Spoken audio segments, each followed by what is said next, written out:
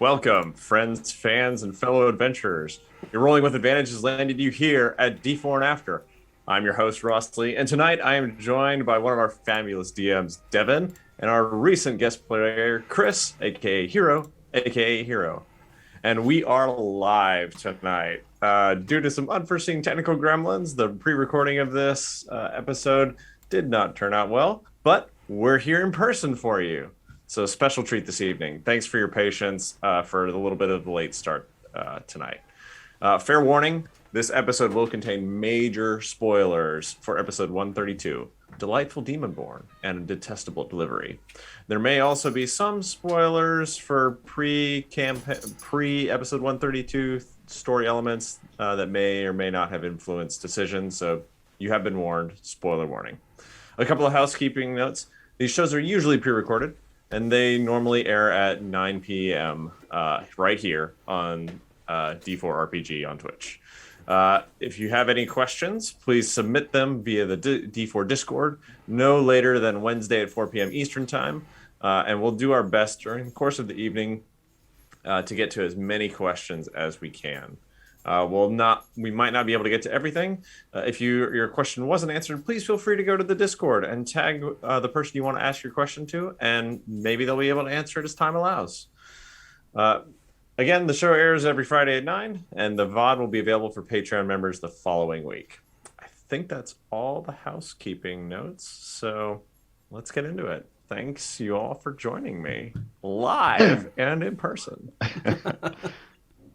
Well, thanks for doing this. Thanks for rescheduling both Hero and Ross to make this happen. Thanks to all of our viewers that are watching. Yes, and thank you all for being here with us this evening. This is going to be a fun show. Fun episode last week. We got introduced to a very unique character.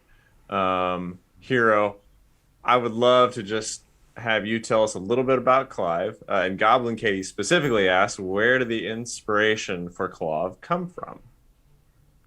So I didn't really have any particular character that inspired Clav, but I wanted to make a chaotic evil character that wasn't the standard annoying chaotic evil character.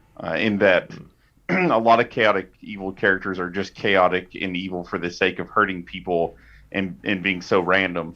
But I wanted Clav to be a chaotic evil character that was chaotic evil because he didn't know any better. He literally didn't know what he was doing is chaotic. He doesn't know that what he's doing is evil. It's just kind of all he does know. And he's trying to kind of rebel against that part of him as much as he's trying to rebel against the demons that used to control him. Nice. So I know this because you mentioned it a little bit on stream. This character, how did this character come to be in D4? And Devan, you may want to pipe in here a little bit too. So I originally created Clav for a LARP, and then I played him for a little while with Devan, Dustin, Ethan, and a lot of other people. And then I made a donation in order to have Clav put into the game at one point for one of the charities, and then I did it NPC, right? Yeah, as an NPC, and I did it as a joke because Clav is an incredibly difficult character to play, and so I was like, ha, now Devan and Dustin have to play this very difficult character, and I get to watch. And then they reached out to me and were like, hey, what if you played Clav instead? And I was just like, oh, I did this to me. They invited me on the show. I didn't see that coming. I wanted to go on the show. I just don't know that I would have picked to play Clav necessarily. Because I love him. He's a really fun character, and I really enjoy him. He's a little difficult to play just because he has a very different mindset than I do. Like, I generally wouldn't stab an orphan because they wronged me, but Clav probably would, in the right circumstances. There's a little bit of a difference there between those two extremes. Yeah, Just a exactly. just tiny bit. So how much freedom did you have when you were making your character? And Devin, as a follow-up for that, like, did you work with Hero at all to adapt Clav to the D&D setting? And how did you integrate him into the story? Okay. Hero, take the first question. I'm sorry. What was the first question? I thought it was for Devin. I just zoned out. How much freedom did you have to make your character for Oh, this guest appearance? Well, I kind of set it in stone when I requested Clav be in the game. I had as much as I wanted whenever I originally made Clav as a concept, and then when we were adapting it to D&D, we just kind of collaborated. I don't feel like I was restricted at all. We just kind of worked together to make it make the most sense. Yeah, going off of that, Hero is actually one of our only ghostwriter, and he's helped so much along the way. And like you said, with the last question of how he got wrangled into this, of basically being like, haha, you're gonna play Clav, and we were like, no, we're not. You're a ghostwriter, and so we're gonna pull you onto the stream. Because we know he's a fantastic role player, and this character is amazing, and only he can play him correctly. The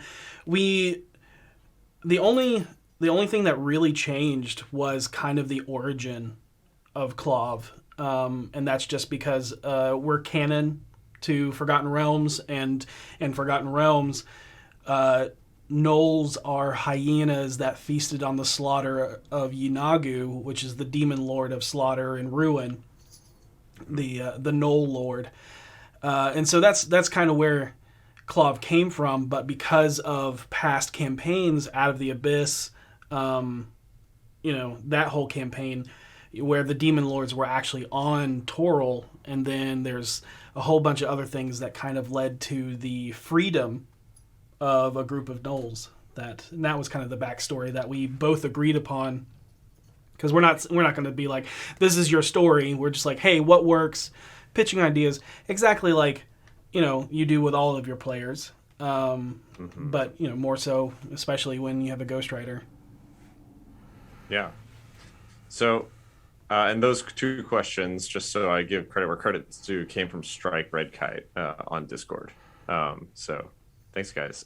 So, Hero, how did you get into ghostwriting for D4? I mean, now we're outing you a little bit, so is it really ghostwriting at this point? But how did you get into it, and what was that process like? So, I've been friends with Dustin Devan for a while, and I was really encouraging them to get into and all parts of D4 as they were going through. I was like, man, you guys are doing awesome. I love it.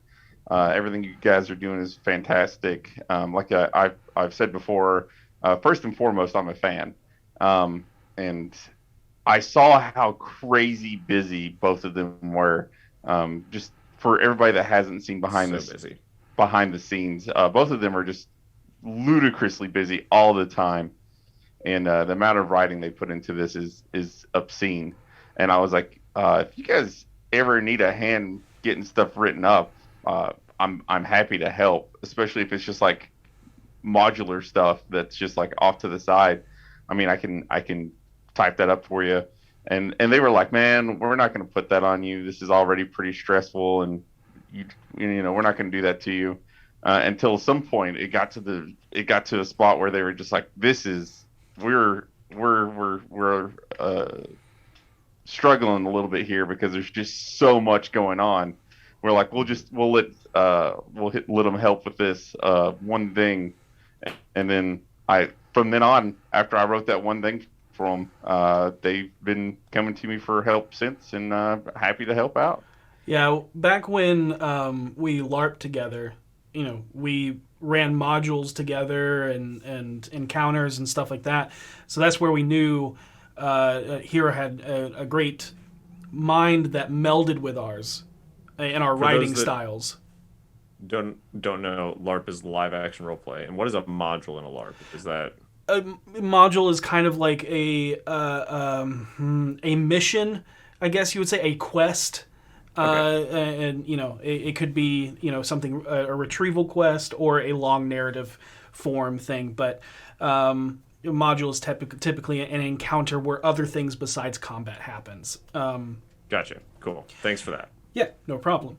So writing those types of stories for live action role play, we knew that our writing styles melded very well. And then when he approached us, again, we were like, "Hey, man, this is the burden we've put upon ourselves. Don't take this monster on." And we tried to save him until I think it was Lyra's night, the goddess of joy, and. Hey, if you ever think about running an urban campaign, there's a lot of things that happen in a city that are just... So many. It's a living monster all in itself, and the party wanted to be split up, and the entire city was having a celebration, and we were like, we need help just kind of filling in the extra noise that happens... Instead of like the direct plot, which is what we were focused on. We're just like, we need the extra details because we don't have the time to spend on that. And he had fun with it. We loved it. And then he's also helped with the Black Network market. He's also helped write the D&D, the D4 Resurrection rules and the complications and boons from that. You can go check that on DM's Guild. And just so many more things where we're either stuck or we just need fluff written. Or sometimes we're like, hey, this is our idea. Tell us if it's good or bad. And we trust his honesty. Oh, yeah. I'll tell him if something sucks. It normally doesn't, but if it does, I'm just like, that's rough, bud. Yeah, we need to polish this up real quick. Let's shelve that one and try something else. Yeah.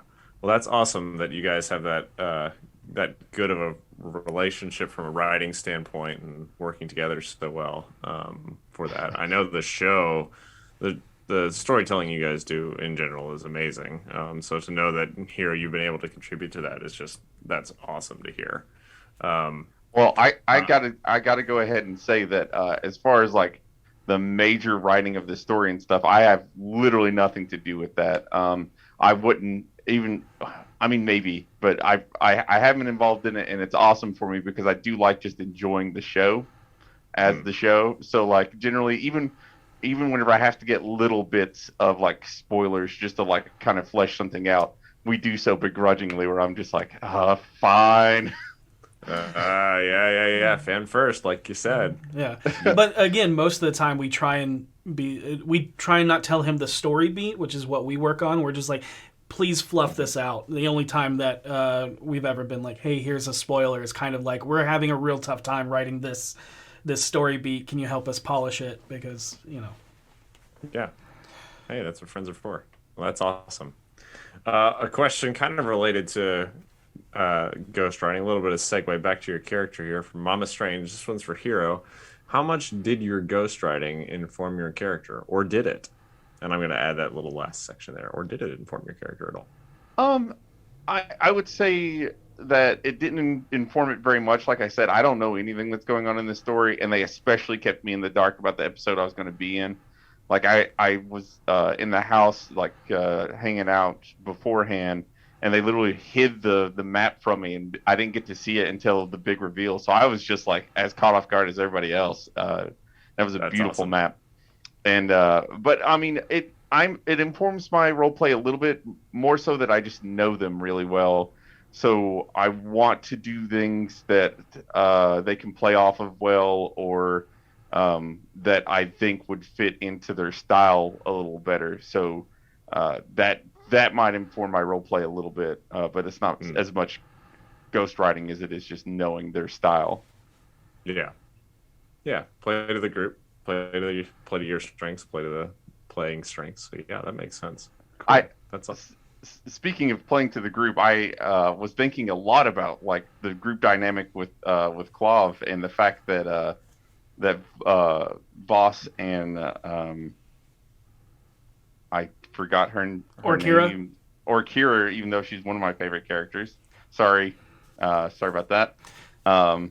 weren't on the show, I was just like, I showed up and I was like, all right, yet again, doing it live. Here we go. Yeah, here we go.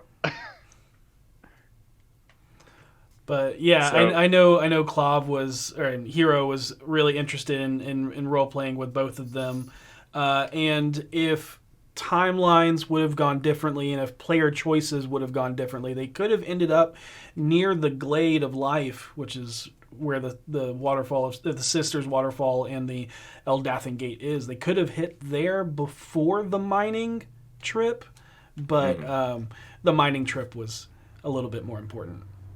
Obviously Yeah. so. Yeah. Well, Clav does get introduced to the party, and he is a unique character to say the least. Hit the levity that he naturally brought to that episode was much needed.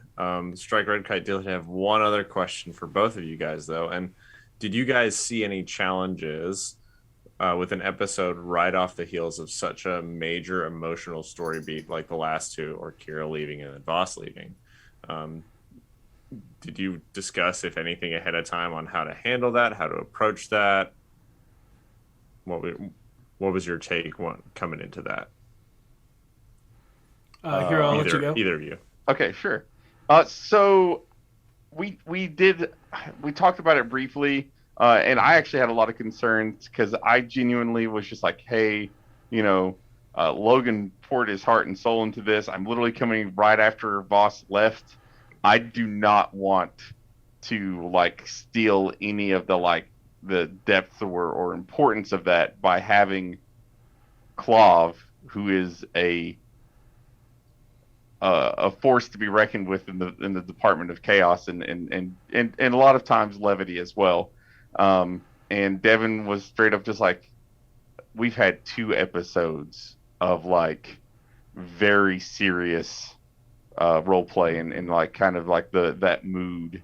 And I think it'll be fine if we have one with some levity in it. And I genuinely was trying to not step on any of those moments either. So I hope that came across. Yeah, I mean, we started the episode out instead of just being bull rushing them into Hero, or let them have their conversations and stuff like that. And even throughout the episode, there are multiple conversations where there's pauses to take those moments and bring weight to what has happened to them, despite the levity that Clav brought.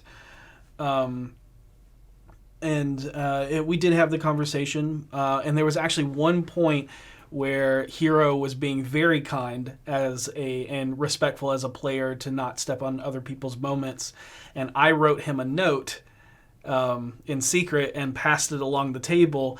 And it was well into the conversation. The conversation was nearing a natural end, and Knowles have a laughing psychosis because they were formerly Knowles, and they're also formerly hyenas. Or yeah, formerly hyenas, exactly. And then driven into the chaos of the abyss. Because of that, I wrote a note that said "laugh," and he knew exactly what that meant, and so. It added a little bit of strangeness to the scene to remind people that, this isn't a regular character. Yeah. I thought it was well placed. So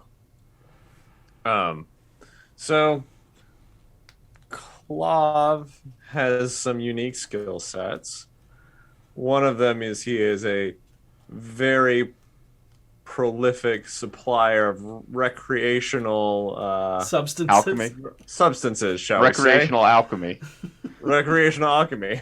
Tell us a little bit about that and what that was like, bringing that into the campaign, and how did you and Hero, how did you and Devan work? Did you guys work together on that, and what was that process like? And mostly the drugs came from Dustin and Devan. I think at some point I was looking at a list of them, but most of them are canon from what I understand. Yeah. And I if you're asking how Clav ended up with a lot of recreational alchemy 100%. and how he ended up doing them. As much as Clav is and he is a very like jovial, very like friendly, and it's everything that you see on Clav on the surface is accurate, and he's not trying to like deceive anyone. But at the same time, just given his history, there's a lot going on in his head that he doesn't understand. And the drugs are kind of him self-medicating. And that's how he has a good time. That's how he kind of gets through not really knowing what's going on, like with himself. I know that's a little deep, especially for the character that he is. But that's really the main reason why he does a lot of drugs. Is just that's his way to cope. And I'm not saying it's the healthiest way, but it's the way he does it. I mean, when you Yeah, I mean, as you said, you created a chaotic evil character, and chaos is a part of that. Even if you like to play him a very controlled chaos, which we love. All of the drugs except for Herodust were canonical, and they all had benefits and detriments. And the way we had to create a special race for him, because gnolls aren't a playable race for obvious reasons. But one of the benefits that we gave him is that he was resistant to poisons and disease and the poison condition, and he had a pretty good con. So that kind of explained as to why he was more naturally adept to partake, if you will. Because I know that the rest of the party, it didn't fare so well. I want to go ahead and take this moment to say, don't do drugs, kids. Yeah. Stay in school. Stay in school. Stay in school. Don't do drugs. There you go. So, getting a little bit into Clav and his personality and what kind of drives that. What does drive him to do that self-medicating? Like, what is in that character's past that has brought him to that point? Explain a little bit about how he came into being and how how that process has led up to this point with the drugs. Well, you see, when a grown-up hyena loves tainted flesh very, very much and consumes said tainted flesh, then a gnoll is born.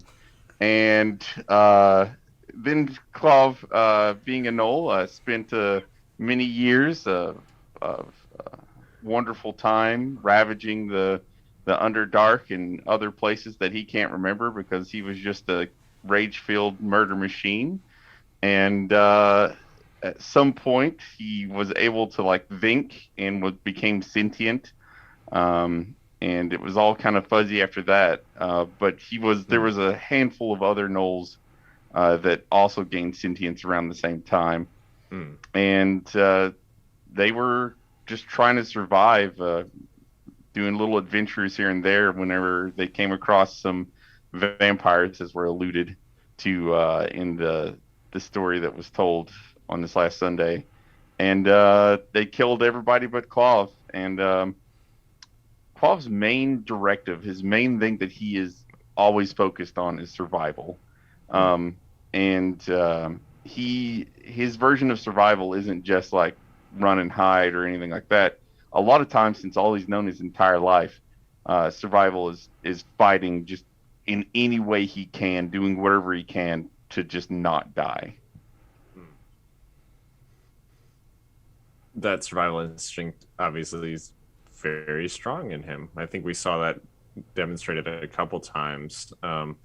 Once when I want to say like you were helping the BFGs self-medicate a little bit, we'll say, and you were like, "Is this good? Do I need to? Maybe it's not best to travel with these folks." And like I feel like we even got that a little bit from your character, like maybe I'll be better off without them. Again, that survival first came in. When Clav being a dealer, though, like how much of a dealer is Clav? Like, is he like, I do this all the time? Is he like, oh, I do this for fun? Where does he draw the line in his dealing of the recreational substances? I don't think he's a dealer yet. More so because like the concept of money is still new to him. Like he gets it. Like he's like, I can take these gold shiny cylinder things and then I can get other things. But like mercantile, like just he doesn't understand how pricing works. There's just he has no idea what's going on. So like he knew that whenever Harold was like, I will give you gold for these things, he was like, yes, that is good. But like if he had to set his own prices, he'd have been like 4 shiny things. And they could have literally been like, here's 4 copper, and he'd been like, yes, this is good. Yeah, I think Clav would be more so in the mindset and would thrive better in a barter market than a currency exchange market. I also see Clav kind of testing the waters now, and is more so an opportunist merchant than it being like his forefront, occupation. Yeah, because he got his drugs very similar to how he got his outfit. He killed a guy that had some drugs, and and was consuming them because you taste everything. Why not? And he was like, like that. Harodust did not like that. Yeah. Well, Yeah. I mean, in fact, I was going to say, continue. Ross, go. Yeah. Yeah, I was gonna say. In fact, I feel like if I remember correctly, your character even is like, "Oh yeah, hero dust. Yeah, let's not do that one and like dump it out." So, I'm assuming Clav has taken the time to try everything in his inventory, at least a little bit. Is that correct? Yeah, and it's very convenient that he's resistant to and doesn't die to poison very easily. Because I imagine at this point he'd probably not be around. Yeah. Yeah, what's this black powder? Yeah, gunpowder. Okay. That being said, though, he knows the detriments of harrow dust, but also has reaped some of the benefits. Yep, that's true. Oh, how so? So if you guys noticed that Clav has like telekinetic abilities, that came from his god awful soul-rending trip on harrow dust. He woke up and was able to move things with his mind, and he was like, I'm still not sure it was worth it. Oh, wow. Well, but it came in handy. It did come in handy. Because there was an item you had that was a complete joke, and it ended up being like super useful. So yeah, the Airset's Eye, which by the way is in the D&D in the books as a like just a gray, like petty, barely above common magic item that lets you just pop an eyeball out and see through it. And I was just like, ha ha, this will be amusing. And then like if you go back and watch the show, my face when I just like realized that it's actually useful because I have telekinetic abilities, I'm literally just like, oh man, I could do things with this. Oh man, that's awesome. That's awesome that synergy was there and you realized it in the moment. That's so cool. Oh, yeah. And I feel like that's natural even for the way Clav is, or at least the way you've described him to me so far. So it's like he doesn't always see what's right there, but when he does, it's like, oh yeah, of course, this thing. I should be doing this thing. I play Clav that he is ignorant but very clever. So if you ever notice Clav doing something that you think, well, that's kind of smart of him to do, it's not that Clav is dumb. It is that Clav has never had an opportunity to learn.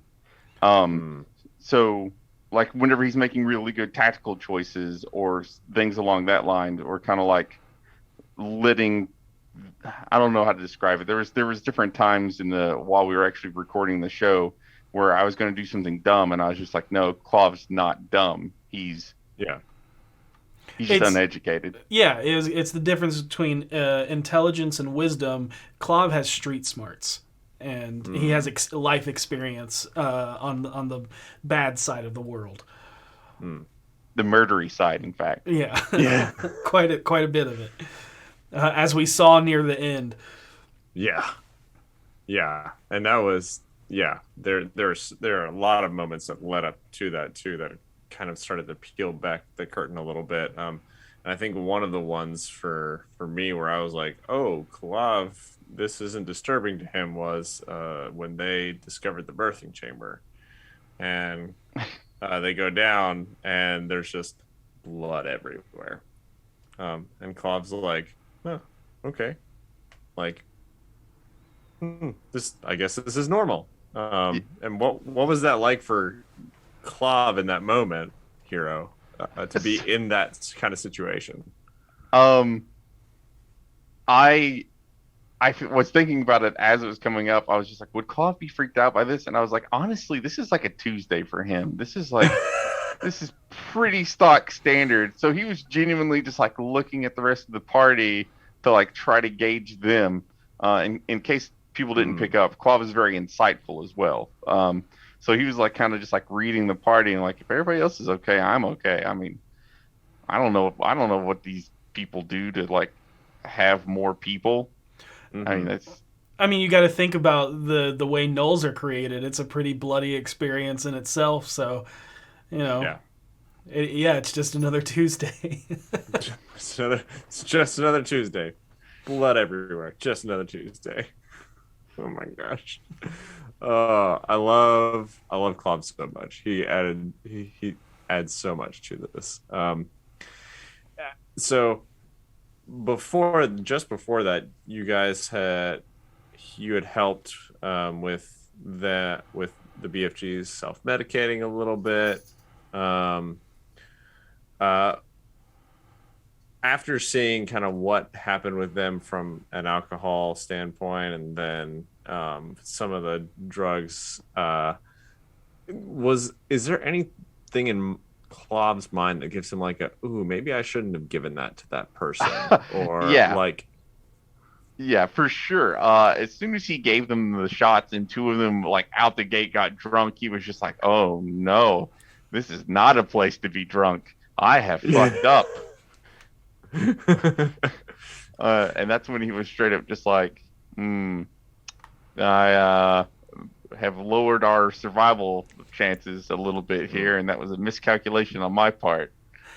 And I would say, knowing how Clav is, personality wise, is he would not care what other people chose to do with their own bodies unless it was a possible direct threat to Clav's life, in the sense of like, in this moment, I just lowered our chances of survival because they are inebriated.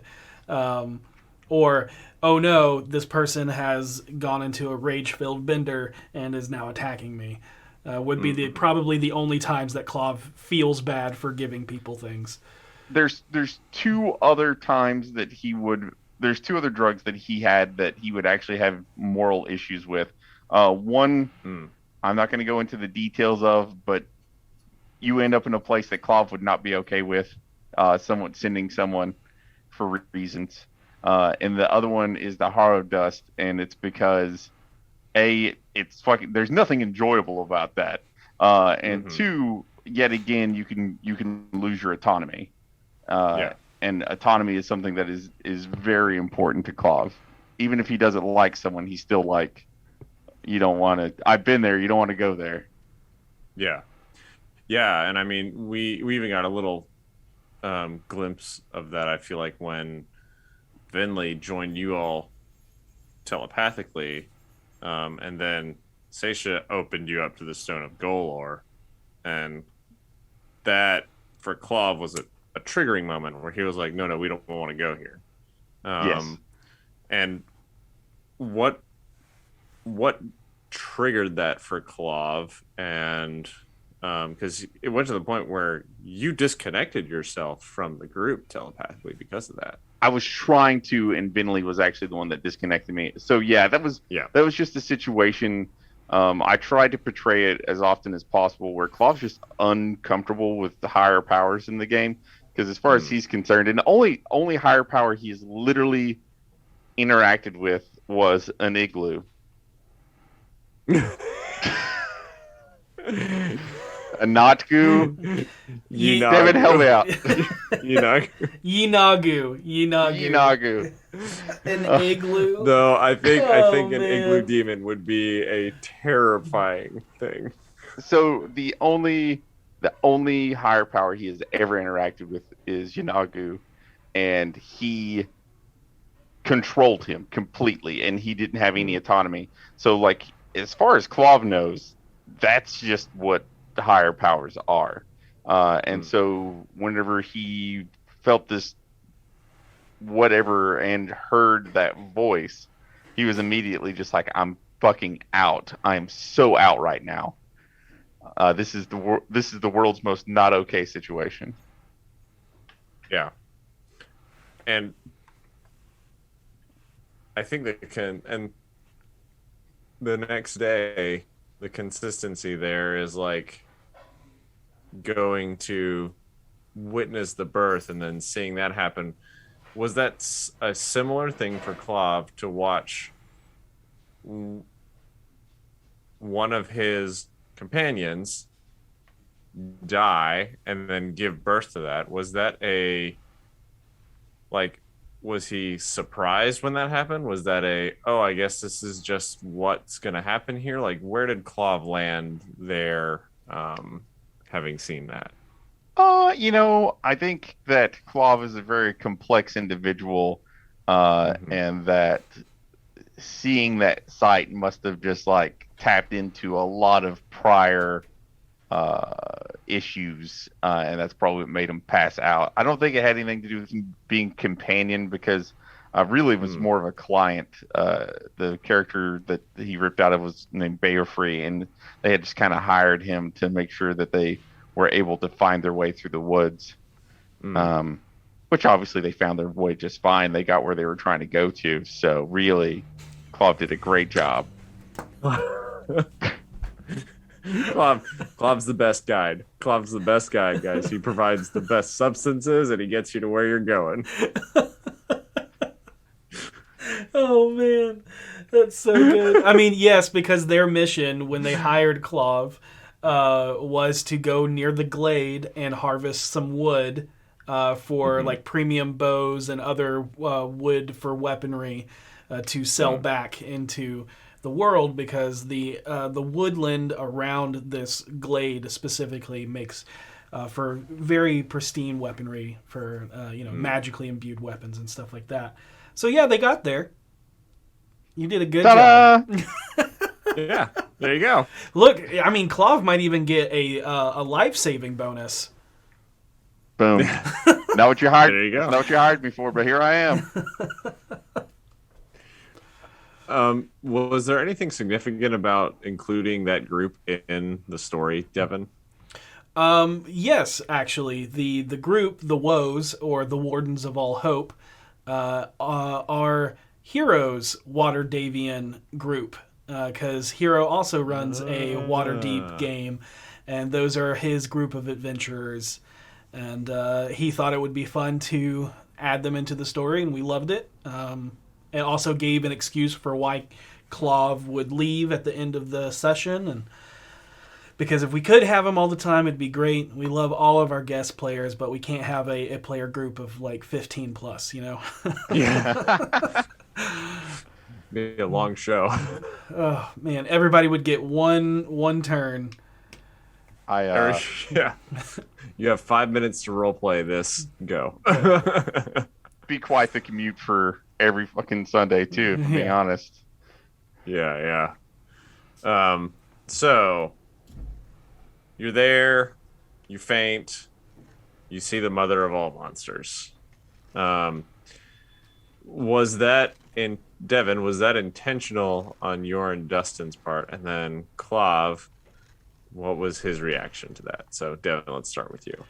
So up until this point, most of the interactions that the players and NPCs and guest players have had experiencing failing a sanity save is encountering the void and stars, which turn into eyes, which we all know, if you're caught up on the story, is the Elder Evil, the Elder Eye, or Ganadar.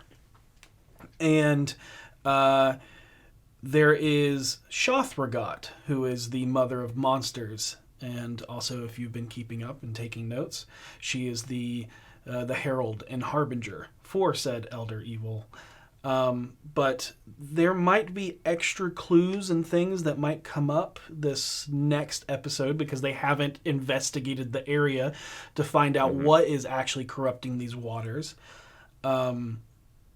Or how this group of seemingly, although culty, not sex cult, culty Shialia worshippers into being people that are in a way sacrificing people, but they also didn't have time to, and didn't more so interrogate people to find out their side of the story. But nothing that the acolyte said was a lie.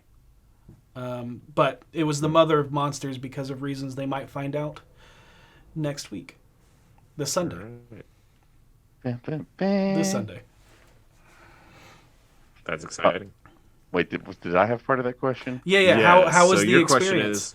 Question is, how was that experience for Clav seeing the mother of monsters?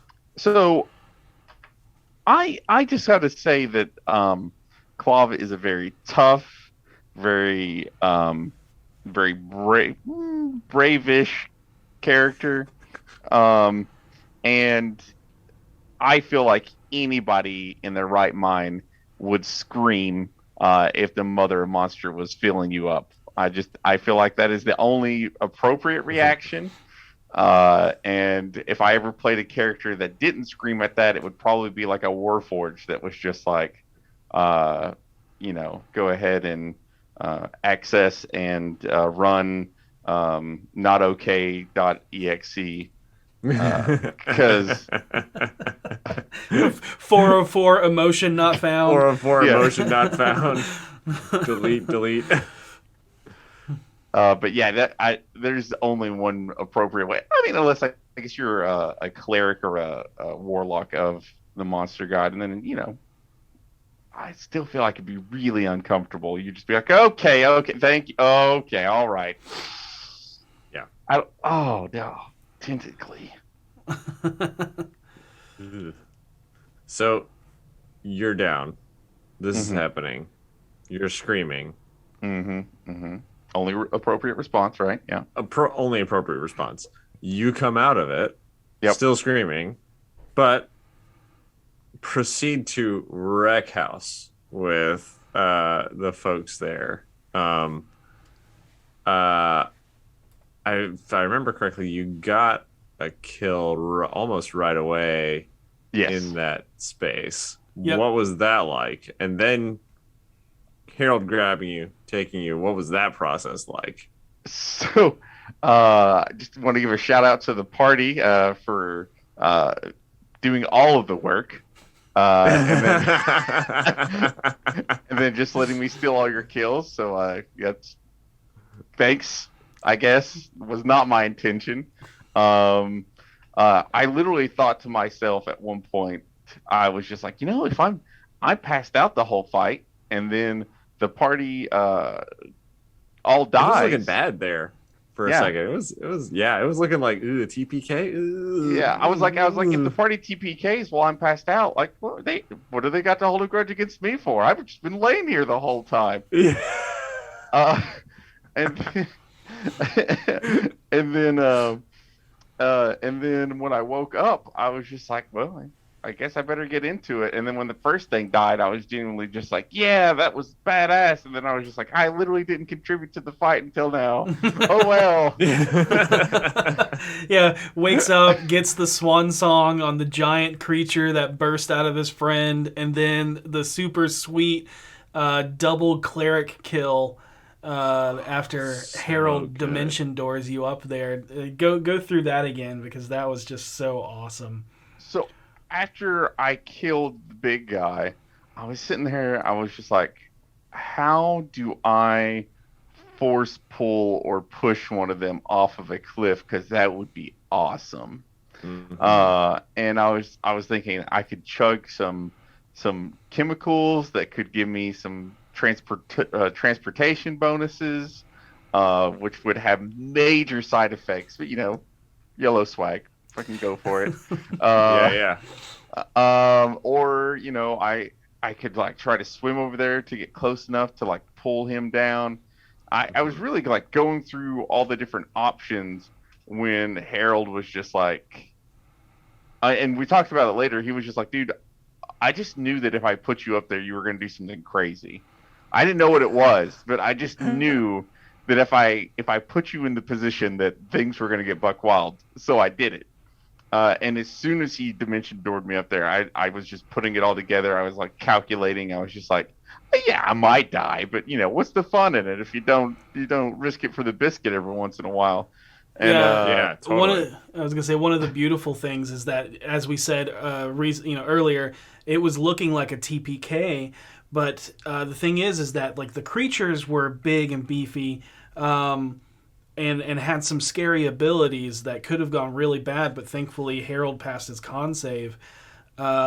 But all of the clerics and people that were on the waterfall really were kind of had cool abilities, but were pretty crunchy. And there's another obstacle and objective, which was the Phoenix flowers. And there were these bushes that were there. And Vinley found out real fast that they kind of explode if they're fucked with and mishandled, kind of like starts with an N, nitroglycerin. That kind of level of ability, and Clav used it in his favor, which was awesome. Yeah. I really couldn't. First of all, I want to go ahead and say that whoever Maverick 2 is, they said strategic napping, and that is a phrase I will use for the rest of my life.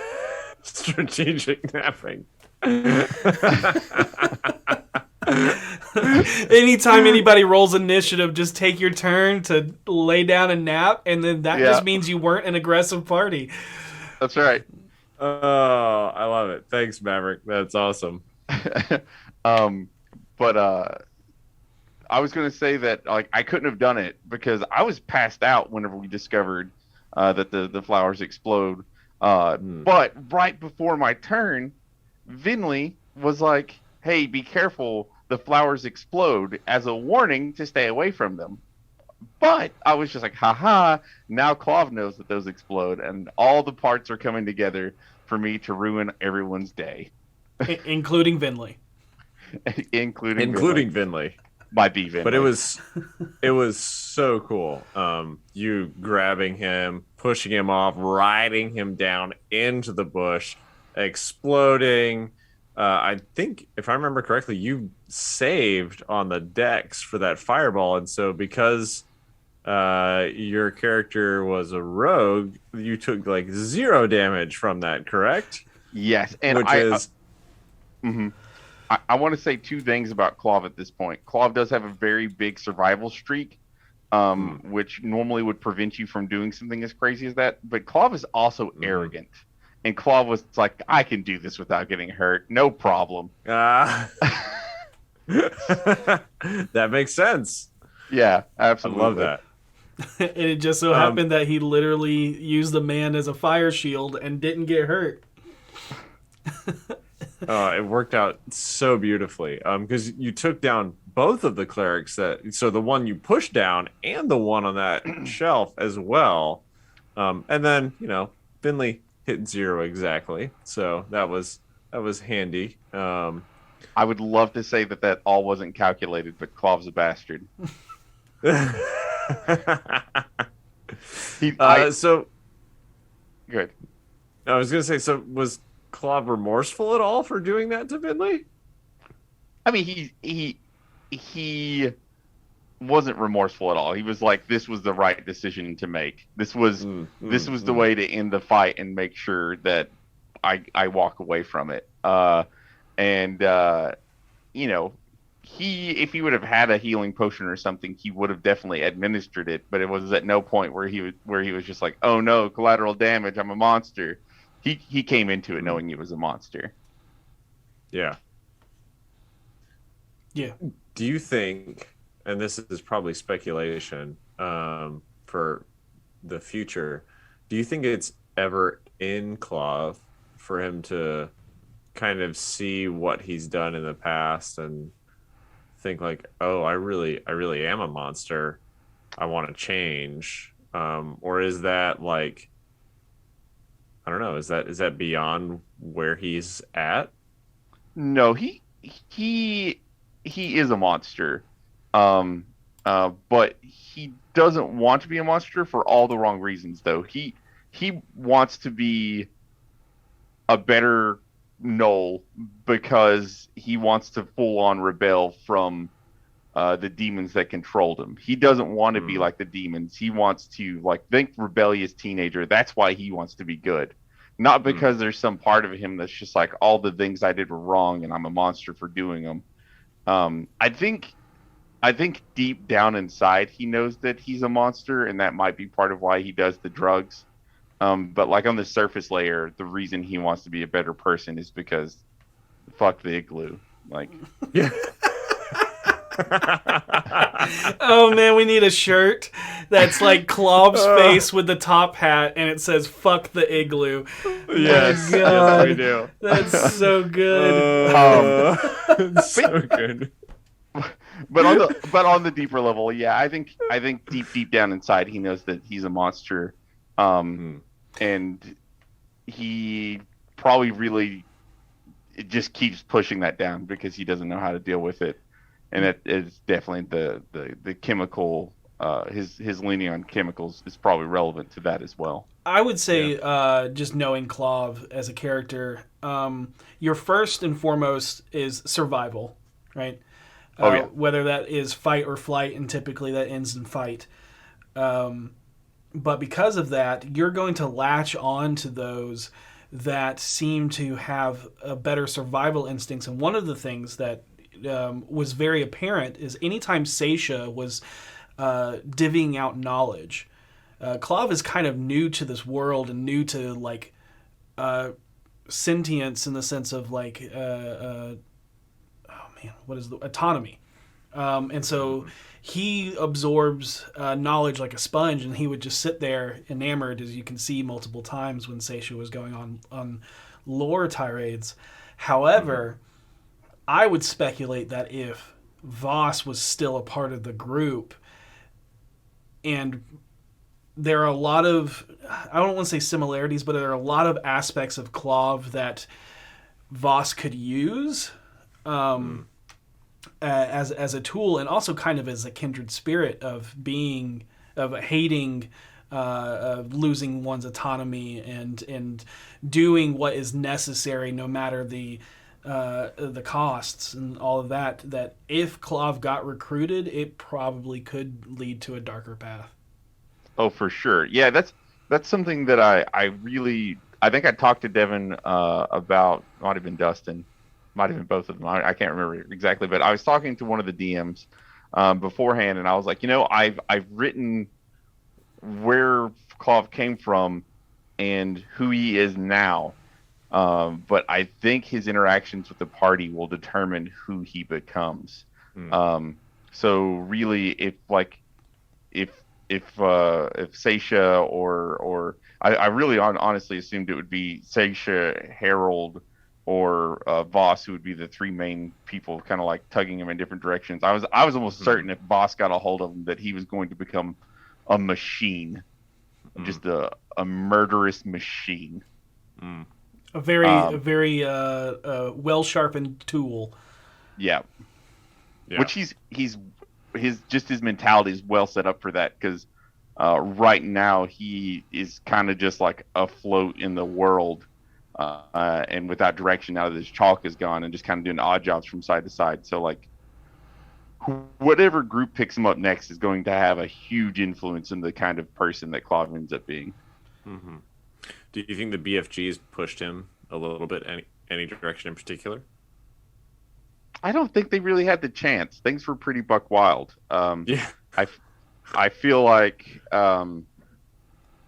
he probably enjoyed their company just because he didn't like he connected with them a little bit more. And I don't know if I role played it very well, but Clav has nothing but like admiration and respect for Goliaths. He just every time he sees one, he's like, "Oh shit, it's a person the same size as me."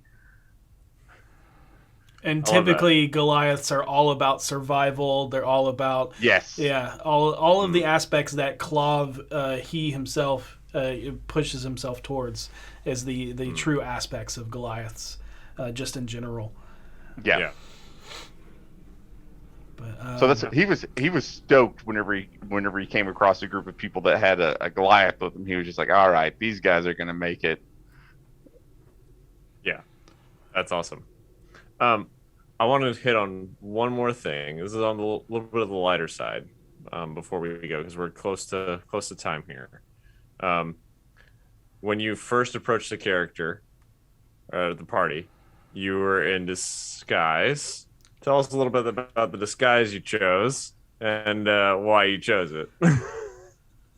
So I was like, I need to come up with a human, and you know, she should probably be pretty handsome, you know, just in case. If you get to choose your looks, why be ugly? And I was like, do I know any handsome fellows? And then you know, I changed my mind and decided to go with Dustin.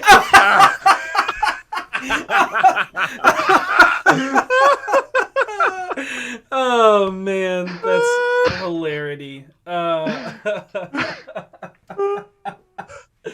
Oh my god, you know he loves you, Dustin.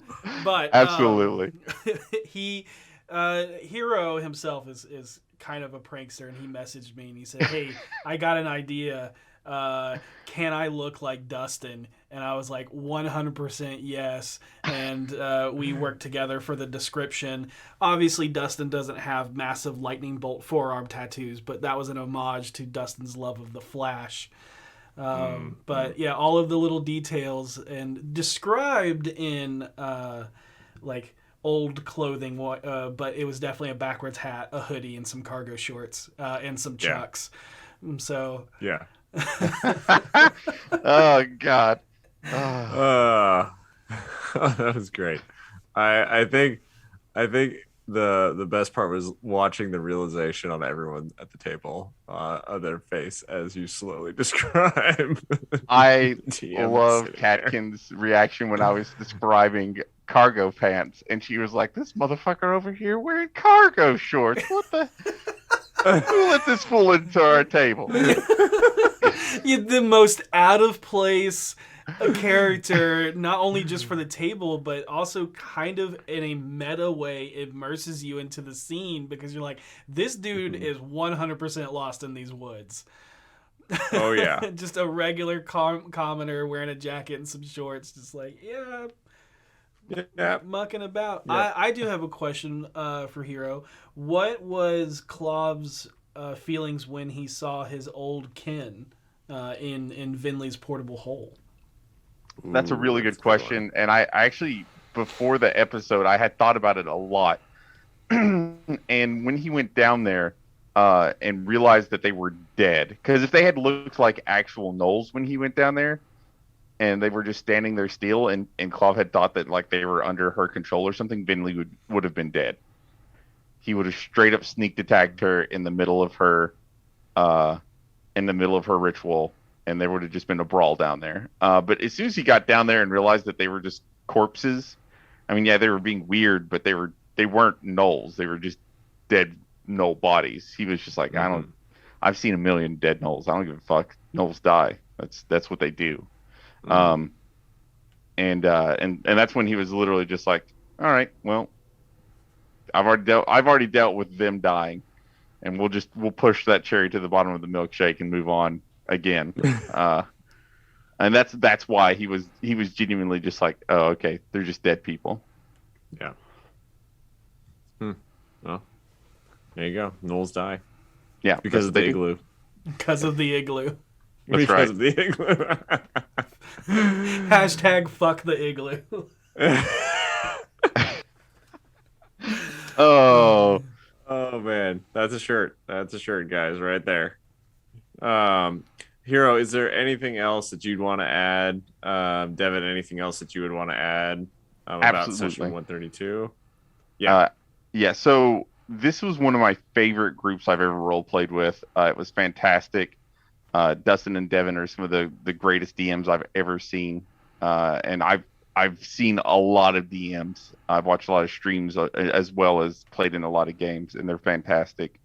Um, I would really encourage anybody who watches the show to share it with your friends and get out there and spread the word, because D4 is way too good for me to be telling my friends about how awesome D4 is, and they're like, D what? I haven't heard of that. And I'm just like, what are you the hell's wrong with you? Get on the internet now. Spend the Great. 8 million hours to get caught up. I greatly appreciate the praise. It is very humbling. And you know, there are parts of that are thankful for your work and involvement.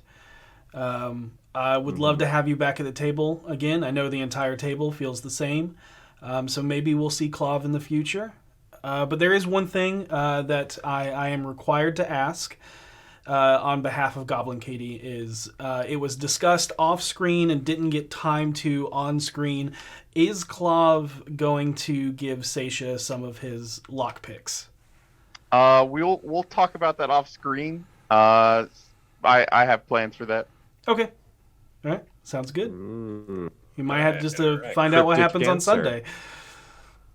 Have to find out this week.